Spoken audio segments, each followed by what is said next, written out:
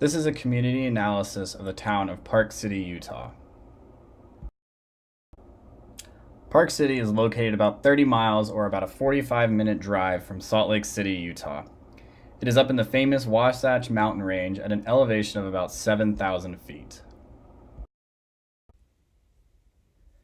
The area now known as Park City was first discovered in 1868 by U.S. soldiers who were stationed in Salt Lake City. These soldiers discovered silver in the area, which in turn made it famous. Once the Transcontinental Railroad was completed in 1870, thousands of miners flocked to the area to find silver. Once the mining craze slowed and the mines dried up, people began to take up skiing in Park City on a ski jump created from an old mine. During World War II, the 10th Mountain Division trained with skis in the mountains to mimic the snowy conditions of parts of Europe. The first ski resort officially opened in 1946, with the second opening in 1963. The United States Film and Video Festival originated in Park City in 1981 and is now known as the Sundance Film Festival. Thanks to its famous amount of snow per year and the renowned lake effect powder, Park City was on the map as one of the top ski destinations in the U.S. In 2002, Salt Lake and Park City were at the center of the ski world when they hosted the Winter Olympics. Today, its history is honored in many ways throughout the city while also progressing as a modern ski town. There is only one elementary, middle, and high school located in Park City. There are no colleges or universities, the closest being in Salt Lake City with the University of Utah. Park City contains a winter sports school, which is a type of high school that is run by the U.S. ski team and is backwards of most traditional schools, where kids do all their schooling during the summer months. That way, during the winter, all they do is ski and train for competitions in hopes of one day making the U.S. ski team and eventually the Olympics. Bus rides within Park City are provided free of charge. There's a nominal fee charged for transportation to the nearby other ski resorts. All of the buses in Park City are 100% electric. Park City is also serviced by both Uber and Lyft. The city maintains all its roadways, including plowing all the snow during the wintertime. They are able to clear snow quickly and effectively as they have all the proper equipment and plans in place. The city also monitors areas where there is a high chance of avalanches and takes measures to prevent them. Park City is a major tourist destination due to the ski resorts. There are plenty of hotel accommodations, including people's homes, listed on sites such as VRBO and Airbnb. There are also quite a few recreational areas in Park City, including city parks, ice skating rinks, Olympic Park with bobsledding and luge, skate parks in the summer, pools, mountain biking, hiking, and of course skiing in the winter months. There are quite a few historic sites in Park City, including old mining facilities and event areas which were used in the 2002 Olympics. Park City Mountain Resort, which is the largest ski resort in the U.S., and Deer Valley, which is one of the two areas still in the U.S. not to allow snowboarders, are both located within the town and attract thousands of visitors per year. The population of Park City is around 8,167 residents, with the primary ethnicity being white. Around 70% of the residents hold a college degree or higher. Since it's a ski town, which is an expensive sport, the community is pretty wealthy, with over 30% making more than $150,000 a year. There is also only a 1.3% unemployment rate, which is significantly lower than the county and state rates. Many of the properties in Park Cities are vacation homes or second homes. The leading cause of death in Park City is heart disease, followed by cancer, unintentional injuries, and strokes. The top communicable disease is chlamydia, followed by hep C, gonorrhea, and the flu. All of these issues are not just a problem in Park City, but are also common across the whole country. As previously stated, Park City is a pretty wealthy area, and with wealth, people tend to take care of themselves a little bit more, including eating healthier and working out. There are many running trails and also bike lanes all throughout the city. Like all cities, though, there are people who have unhealthy tendencies such as smoking, drinking, and eating unhealthy. Park City Hospital is a full-service, not-for-profit hospital operated by Intermountain Health. It has multiple specialties along with a full-service emergency department.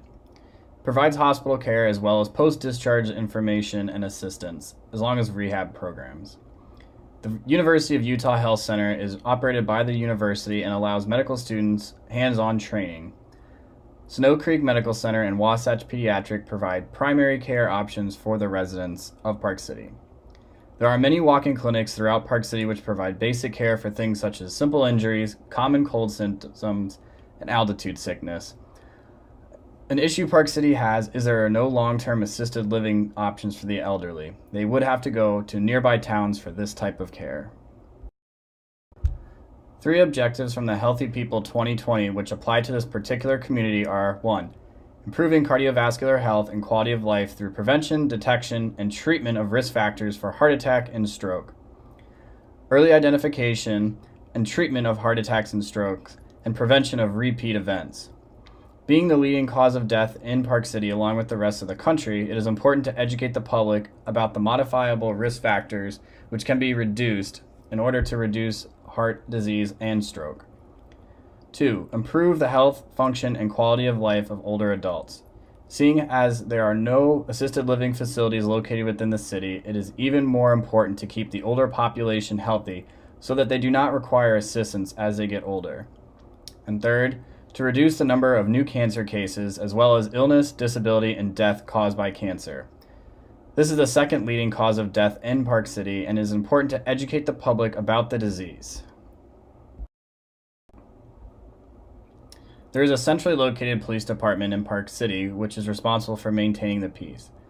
There are also 7 fire stations within the city which also operate the EMS system and responsible for all emergency calls. There is also access to helicopter transportation if need be for rapid transport off the mountain to local hospitals. Ski Patrol operates on the mountain within the resort boundaries, responding to all medical issues on the mountain.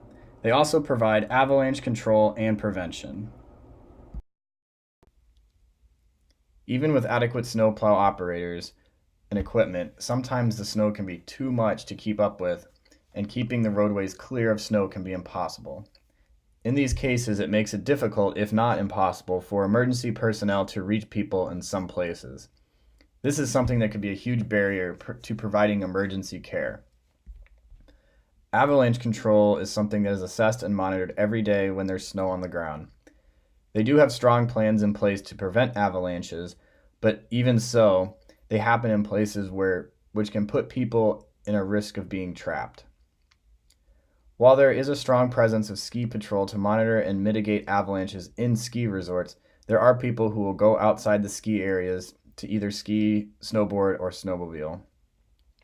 This presents a great danger as avalanches are more common in these areas which are not patrolled. They also do not have fast response times for emergency personnel, which decreases the chance of survival if an emergency does arise. Education to the public is the most important thing that can be done to prevent this issue. The government of Park City is run by the mayor and the city council. All are elected officials and have limited terms. The city council oversees all decisions made regarding the city. The many different boards and committees are tasked with their specific areas and forming policies and laws regarding them. Eventually, all of these potential policies and laws will be sent up and approved or disapproved by the city manager and the council. The city council meetings and special hearings are available for the public to attend. In addition, the information discussed is also available online afterwards. The city council and the mayor also hold many informational question and answer sessions at different places throughout the city. Being a fairly small city, these members are also very accessible and involved within the community. An issue which the city has been dealing with as an ever-growing community is keeping vacant land vacant. With more and more people flocking to the area, developers want to build condos and apartments wherever possible. The local government has been dealing with keeping this land vacant and historic, which is extremely important to the citizens of Park City. Heart disease is the #1 cause of death in Park City. Many people are predisposed to getting heart disease, but there are also many risk factors that can be decreased by modifying lifestyle changes. Providing education of these modifiable changes is extremely important to improve mortality of the disease. Smoking is another issue which the city needs to improve on. Besides it being something that can increase risk of death from heart disease, it also disposes people to other health issues such as lung problems. With the older population increasing, there is an ever-growing need to have some type of long-term care or assisted living facility available within the city. This group of people are more prone to having chronic issues which require more assistance with their everyday needs.